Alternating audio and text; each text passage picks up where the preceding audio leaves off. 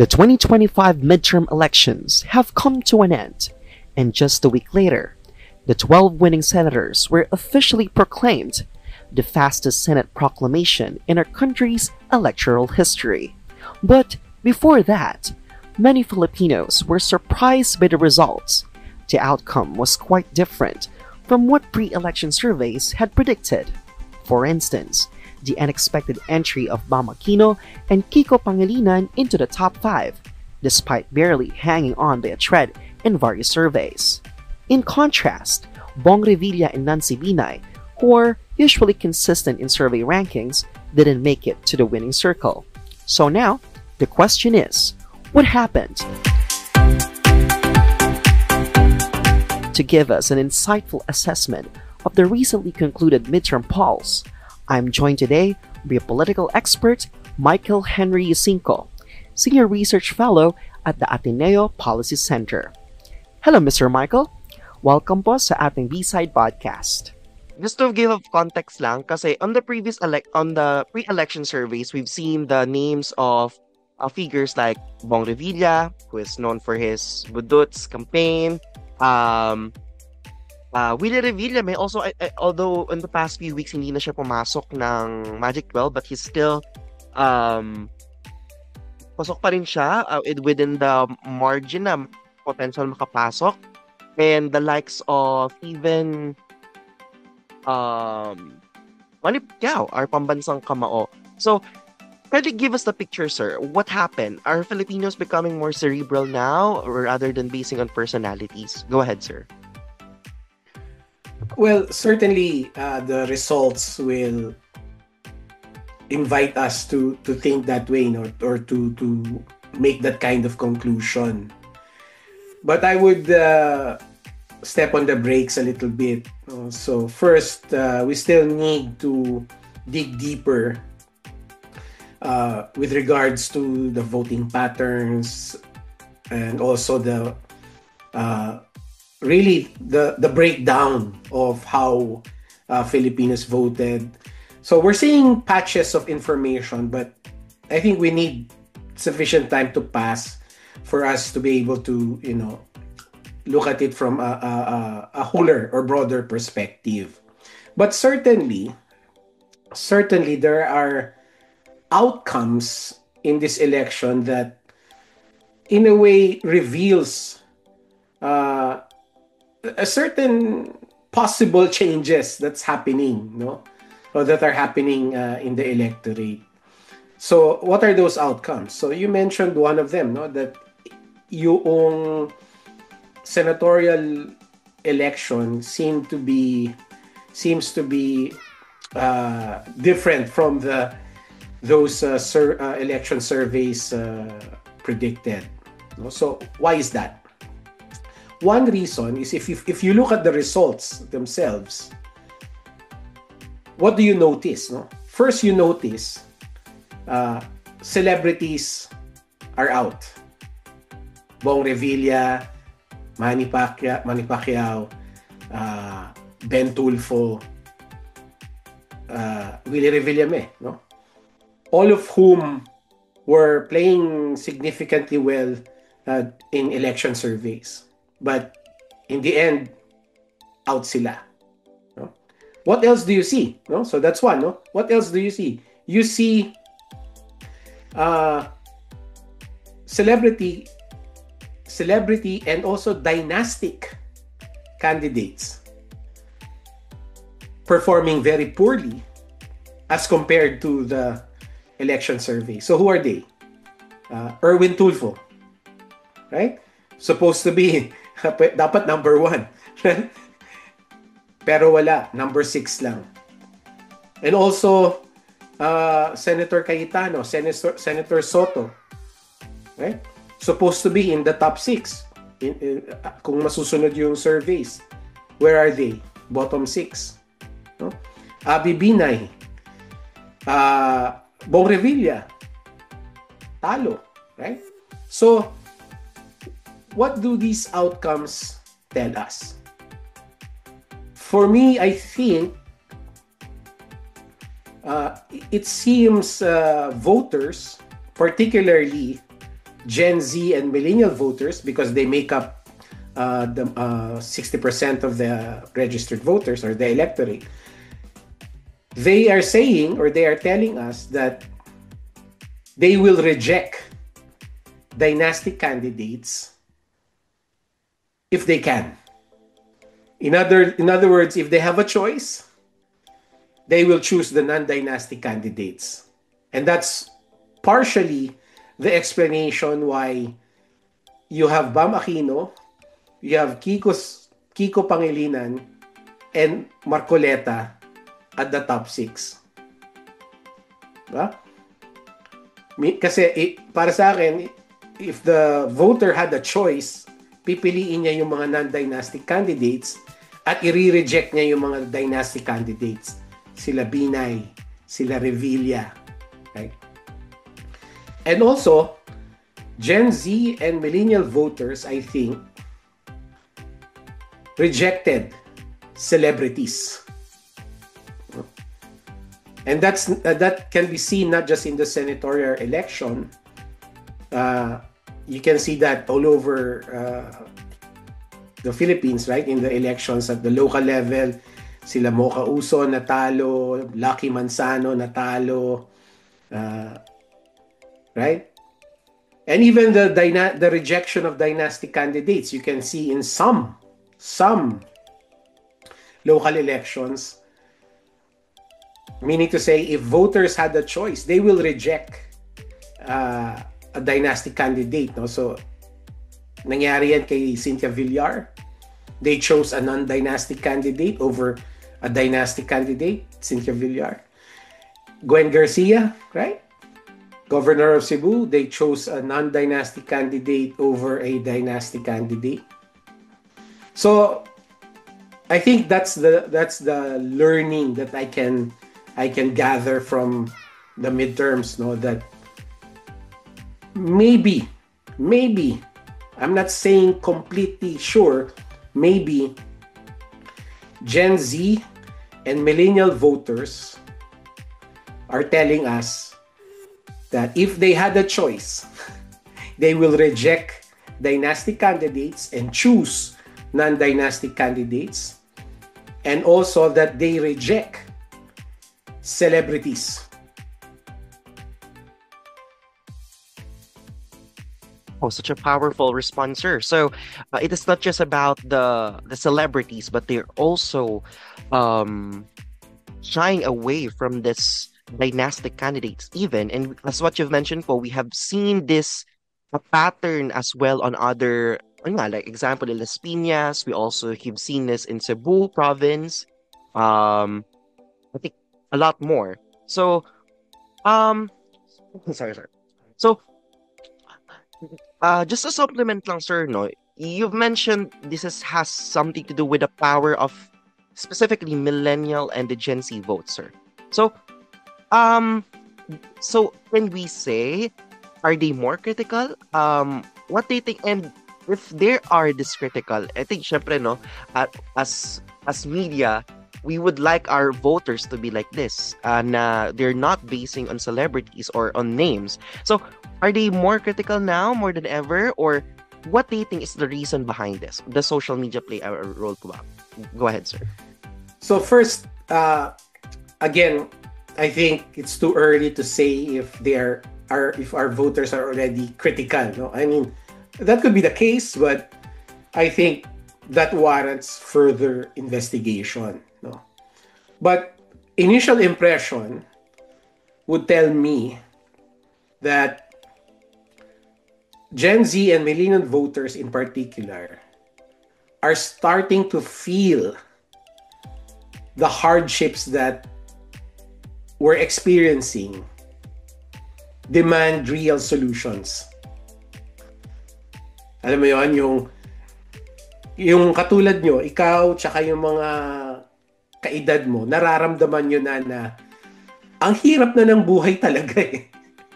Right? Pati kayo natatakot na kayo, paano ba ang kinabukasan ko? Paano ba yung kinabukasan ng future family ko? Right? what's going to happen to me? What's going to happen to my kids, right? Kung ganito lang yung ganito na lang lagi. So I think there is now a brewing anxiety, and that is giving voters pause, no, na baka nga hindi na dapat talaga iboto ang mga dynasty candidates kasi sila na lang lagi, right? Baka nga hindi na dapat iboto yung mga celebrities kasi wala naman silang na-offer na solution, di ba?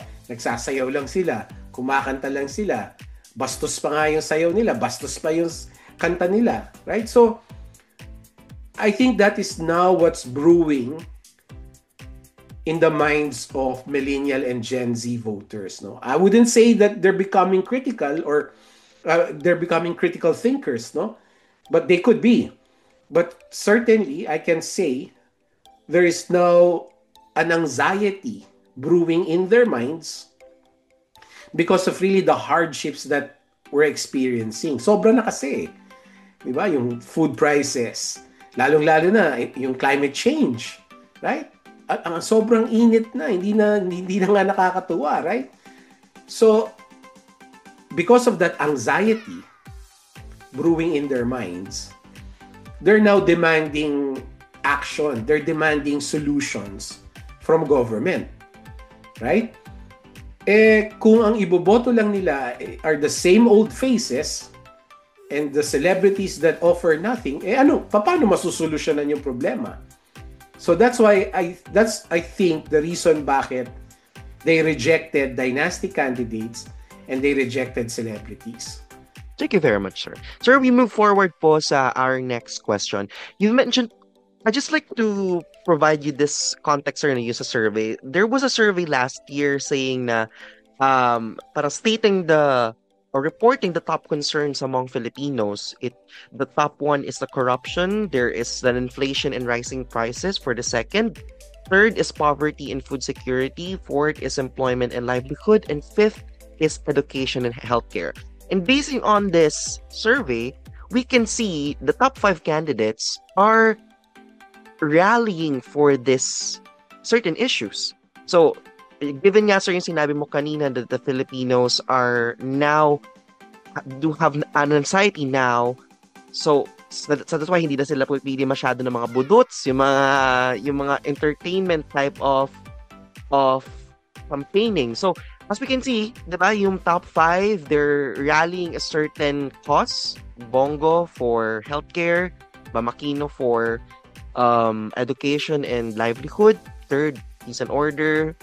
Fourth, I think social services for Erwin Tulfo. Fifth, Pangilinan for food. So, sir, given this, do you think the battle now is the messaging? What do you think? Certainly, no? But that's just one part of the story, one part of the explanation.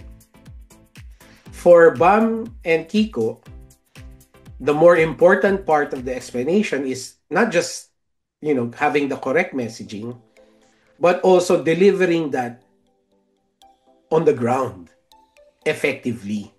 No? Kasi silang dalawa, they went to the vote-rich provinces. They made their presence felt. They purposely connected with communities, with local leaders. And yun ang importante. They connected with local leaders and brought that message to them. No? And they were disciplined in the messaging. Right? Hindi sila nakisawsaw dun sa Marcos Duterte feud. No? Sa kanila, hindi kami kasali dyan. Ang focus lang namin, ito, yung messaging namin na pagkain, edukasyon, agrikultura, etc., etc. So that, I think, is the more important explanation in relation to Senator Bam and Senator Kiko. Now, kay Senator Bongo naman, no? Tama ka. Talagang na-copyright na niya yung malasakit eh. You know what I mean? Pag naisip mo malasakit, sinong iniisip mo? Bongo. And he was able to do that because nung panahon ni Pangulong Duterte, talagang very active siya. no? Tuwing may sakuna, tuwing may nangyari, tuwing sunog, nandun siya. Demonstrating that siya talaga yung may malasakit. Right? So, through the years, as an assistant of former President Duterte and also as a senator, napakita na niya na pag sinabi mong malasakit, ako yun. And he did that by really working hard on the ground, no? Na talagang exposing himself to situations na mapapakita niya na talagang may malasakit siya. So, for him, that I think is a more important explanation kung bakit siya nag-number 1, no? Obviously, he got the Mindanao votes, no? Pero I think we're shortchanging him if we only say na kaya siya nag-number 1 dahil sa Mindanao votes. I think he made a tremendous effort to really co-opt the word malasakit sa kanya, no?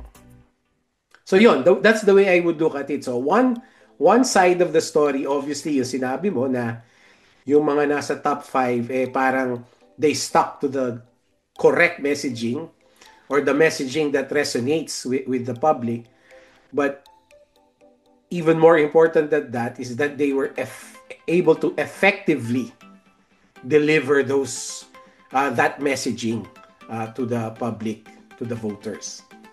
Thank you very much, sir. So I would like to ask certain question lang on the certain personalities.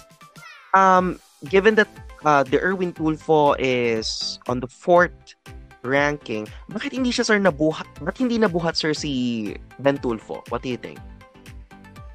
Well, I go back to my earlier observation of voters rejecting dynasty candidates. I think primarily that's the one. There are other reasons, of course. Maybe exposure. Ben Tulfo seems to be popular on TV, on social media, but very doubtful that he's well known on the ground. No? Erwin Tulfo, like I said, predicted to be either 1 or 2, but because of being a dynasty, that might have hit him hard, and also being associated with the administration, probably also diminished his rankings. So there's no single explanation for that. But ang aking working thesis is primarily the repudiation of dynasty candidates really pulled them down here. So unfortunate for Ben, that means losing. At least Erwin won, although not as expected. Actually, he kind of even recognized, I think, on Erwin Tulfo na the Filipinos only want 2 Tulfos in the Senate. So parang it kind of sending a message na he also recognized, right? So how about last year? I think how about on Manny Pacquiao? I mean, and also with Willie Revilla. Is it the same thing, ba? Yeah, exactly the same thing. I think voters realize now that, particularly kay Willie, no, that this guy has nothing to offer, has no solution to offer. And Willie actually said that, right? Willie was very honest and said, I have nothing to offer, right? And voters took his word for it and voted accordingly, right? Now, Senator Manny, we have to be a bit nuanced here, no? Kasi obviously he is a celebrity, he is also a dynasty, but he's Pacman, right? He's pambansang kamao, no? So why did he lose? So aside from the two voter realizations that I said earlier, I think one other possible explanation is the last political ad that he showed, no? I think yung bobo ako, I think that turned off a lot of voters, no, na parang, why will I say bobo ako? Ba't ko sasabihin bobo ako? Kung bobo ako, hindi kita boboto, right? Kung sa tingin mo bobo ako, ba't kita iboboto? So, instead of boosting him further or boosting him over the line, I think, he didn't. No? Tingnan mo si Senator Lapid. Senator Lapid is a non-performing, or at least perceived to be non-performing celebrity candidate. And yet, somehow he made it, right? Number 12. Despite surveys predicting he will be in the top 6. So, because of his, yung parang go with the flow style of campaigning, na-save siya. Whereas si Senator Pacman tried to be clever in the end. Unfortunately for him, it backfired and natalo siya. Thank you very much, sir. Last two questions, sir. How about, sir, in the case of Camille Villar? Kasi, it since medyo siya yung exception sa sinasabi natin kanina, no? Na the people are now rejecting dynastic type of leadership. And also, sir, with the current mix of this partial and unofficial senatorial winners, do you think this is a good sign? This open an opportunity for Filipinos, this shift on the Filipinos' way of voting? Go ahead, sir. So with regards to Camille Villar and also Senator Amy for that matter, you have to consider how much they spent in this campaign. I mean, they spent a lot in this campaign, especially in social media.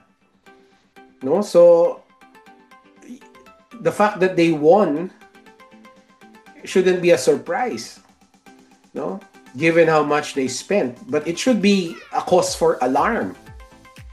No, it's not a surprise, but it should be a cause for alarm because of precisely of how much they spent. No?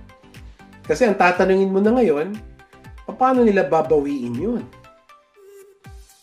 They spent billions of pesos. Right? Now that they're in office, magtataka ka, di ba? Mag-iisip ka, magdududa ka. Babawiin nila yun, hindi ba? Paano nila babawiin yun? So, it's not a surprise, but it's a cause for alarm. Now, second question, does this augur change in our politics? Does this augur change in voter consciousness or our political consciousness? Particularly the makeup of the Senate, no, na mixed bag or parang hindi mo alam kung saan ka pipwesto. My quick answer to that is I really don't know. No? Kasi right now, I only know of potential challenges that these people are going to face. No? So, for example, the group of Senator Ontiveros, no? Silang tatlo, Senator Ontiveros, Senator Bam, and Senator Kiko. They said that they classified themselves as a third force, no? But people are expecting them now to be the true opposition. Pero ang sabi ni Vice President Sara, she's going to lead the true opposition. So that's going to be a challenge for both sides, no? Who can claim that mantle of being the true opposition? Kasi hindi naman sila pwede mag-merge, no? Hindi naman pwede magkaroon ng uniteam between pink and red and the Dutertes, di ba? Parang that's impossible, no? So I think that's a challenge now going forward dito sa politika natin. And even Marcos, sir, said na parang I forgot the correct word, na parang he will not let na parang may pumigil. Obstructionist, yeah. Something like that. So, even the administration recognized na dapat isa lang ang opposition, hindi ba? So, maglalaban tong dalawa ngayon, tong Pinks and tong Duterte, yung mga DDS, no? Sino sa kanila ang magi-emerge na true opposition? And on the side of the administration naman, well, if they want to win in 2028, if they want President Marcos's chosen successor to win, well, they have to produce results, di ba? Sila yung administration so automatic contender yung pambato nila, no, because of the equity of the incumbent, no. Pero hindi automatic kasi kung wala silang ma-produce na resulta, then voters will look at other candidates, no. So this is how I forecast the politics to go, no. Opposition, the title of opposition being fought for by the two sides, but at the same time, the Marcos administration will have to double their efforts to show, produce beneficial results for the people. The surprise in the recent midterm poll results may have been driven by the strength shown by millennials and Gen Z. This is according to our conversation with Mr. Michael Yusinko. With now growing anxiety over the country's persistent problems, many young voters begun to question, and this time likely choose not to vote for celebrities and candidates from political dynasties, especially since they saw that they had now more options to choose from, even considering a third force in the middle of the clash between the two strongest political forces in the country today. He added that messaging that resonated with gut issues and its effective delivery was also a key factor in the victory of the leading senators. With the Senate now filled with a variety of political colors, Michael says it's still uncertain how things will unfold, especially when it comes to identifying who will stand as the true opposition. But whatever their political leaning is, may the interest of the people who voted for them comes first. This has been another episode of B-Side. Again, this is Edge Eva. Subscribe now and enjoy industry insights on Philippine business and beyond.